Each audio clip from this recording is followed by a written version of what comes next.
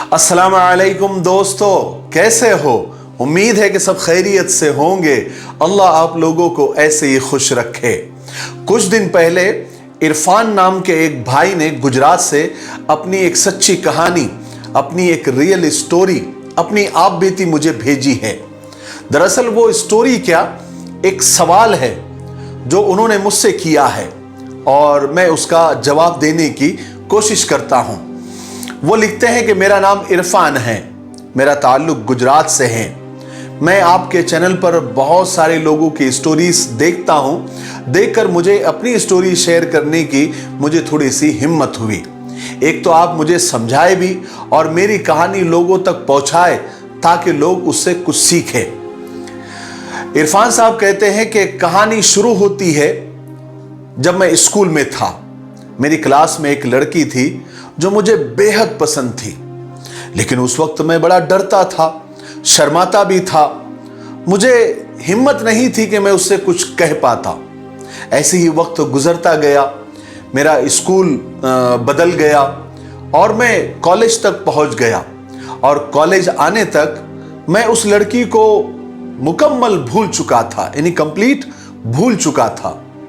एक दिन अचानक मैं जब कॉलेज से वापस आया और मैंने अपना फेसबुक ओपन किया तो मुझे एक लड़की की फ्रेंड रिक्वेस्ट आई हुई थी। मैंने उसको एक्सेप्ट कर लिया तो फौरन उसका मैसेज आ गया और बात करने पर पता चला कि ये तो वही लड़की है जो मेरे स्कूल में हुआ करती थी और जो मुझे बेहद पसंद थी। फिर हुआ है कि हम बातें करते रहे, फिर कुछ दिन में नंबर एक्सचेंज हो गया और फिर हम फोन पर बातें करने लगे। पहले पहले तो हम सिर्फ मैसेज पर बात किया करते थे, फिर कॉल्स होने लगी, फिर सुबह शाम एक साथ गुजरने लगी। कॉल्स पर क्या खाया, क्या पिया, कहां गए, कहां से आए, किसकी मंगनी थी, किसकी शादी थी, किसकी पार्टी थी, एक एक सेकंड की एक दूसरे को खबर रहने लग गई। पहले अच्छी दोस्ती भी थी, लेकिन ये दोस्ती कब मोहब्बत में बदल गई पता ही नहीं चला। फिर मैंने मोहब्बत का इजहार किया, उसने भी मोहब्बत का इजहार किया, फिर हम बाकायदा रिलेशन में आ गए और कभी कभार हम मिल भी लेते थे।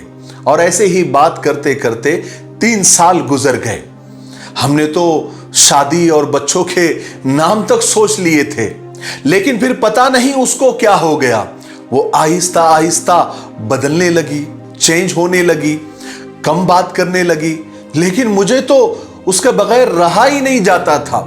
उससे बात किए बगैर मैं तड़पता था, लेकिन उसके कुछ समझ ही नहीं आती थी। वो मुझसे बात ही नहीं करती थी।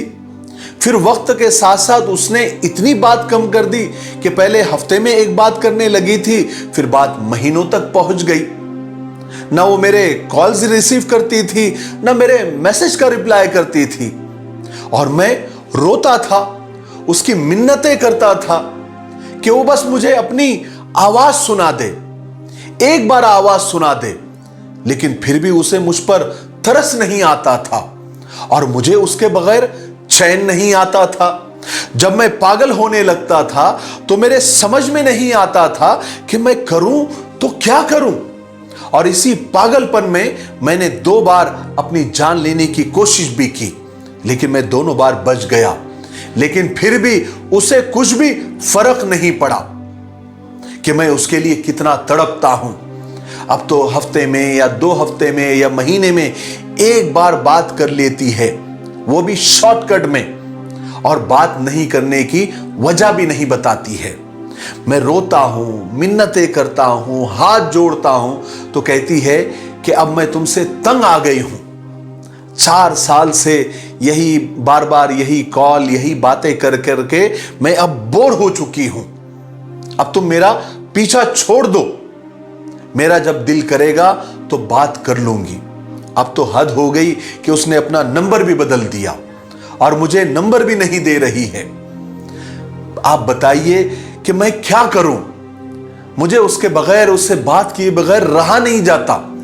प्लीज आप मुझे समझाइए। मैं इस वीडियो के जरिए इरफान को जवाब देना चाहता हूं, बल्कि वो सारे नौजवानों को एक मैसेज देना चाहता हूं जो इस वीडियो को देख रहे हैं कि मेरे भाई इरफान, आपके साथ साथ हमारी नौजवान नस्ल का सबसे बड़ा मसला यही है कि वो आदत और मोहब्बत में फर्क नहीं कर पाते। और आपका मसला यह है कि आपको आदत है उससे बात करने की, और आदत मोहब्बत से ज्यादा खतरनाक होती है। किसी इंसान का नशा दूसरे नशों जैसा ही होता है, बल्कि उससे ज्यादा खतरनाक होता है। जब वो इंसान नहीं मिलता, जब वो मयस्सर नहीं होता, तो फिर आदमी पागल होने लगता है और वैसी ही हरकतें करता है जैसे आपने की है।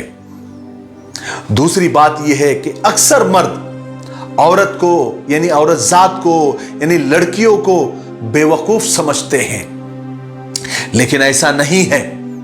मेरे जाती तजुर्बे के मुताबिक एक 15 साल की लड़की 22 साल के लड़के से ज्यादा मैच्योर होती है। वो बहुत लंबा और बहुत आगे का सोचती है, और हर लड़की यही चाहती है कि उसकी शादी जिससे भी हो वो एक ऐसा मर्द हो कि जिसके होते हुए वो खुद को मुकम्मल महफूज महसूस करे।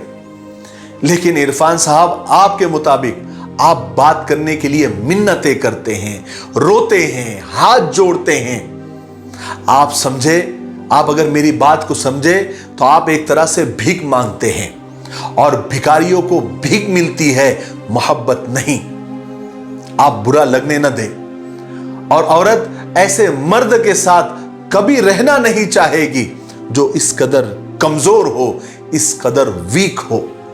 तो मेरी राय यह है कि सबसे पहले आप अपनी नजर में अपनी इज्जत को बहाल करें, अपने सेल्फ रिस्पेक्ट को वापस लाएं, अपने आप को संभालें।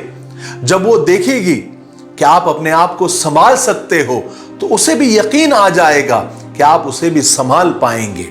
उसे जिंदगी में आप स्पेस दें, वरना जितना आप उसके पीछे भागेंगे वो आपसे उतना दूर भागेगी, और आपके हाथ सिवाय पछतावे के कुछ भी नहीं आएगा। और आप अपनी जिंदगी को मसरूफ बनाएं, अपनों के साथ वक्त गुजारें, खुदा की इबादत में अपने आप को मसरूफ करें, अपने वालिदैन, अपने माँ बाप का सहारा बने, और मोहब्बत को जिंदगी का हिस्सा बनाएं, जिंदगी न बनाएं, वरना मोहब्बत तो मिलेंगी नहीं और जिंदगी से भी आप हाथ धो बैठोगे। हम दुआ करेंगे कि अल्लाह ताला आपके मामले में आसानी फरमाए। मुझे उम्मीद है कि इस कहानी से हम सबको बहुत कुछ सीखने को मिला होगा। अगर आपको वीडियो पसंद आया है तो इसे ज़्यादा से ज़्यादा लाइक करें और शेयर करें, और मेरे लिए और पूरी उम्मत के लिए और पूरी इंसानियत के लिए खैर और भलाई की दुआ करते रहे। अस्सलामु अलैकुम व रहमतुल्लाहि व बरकातुहू।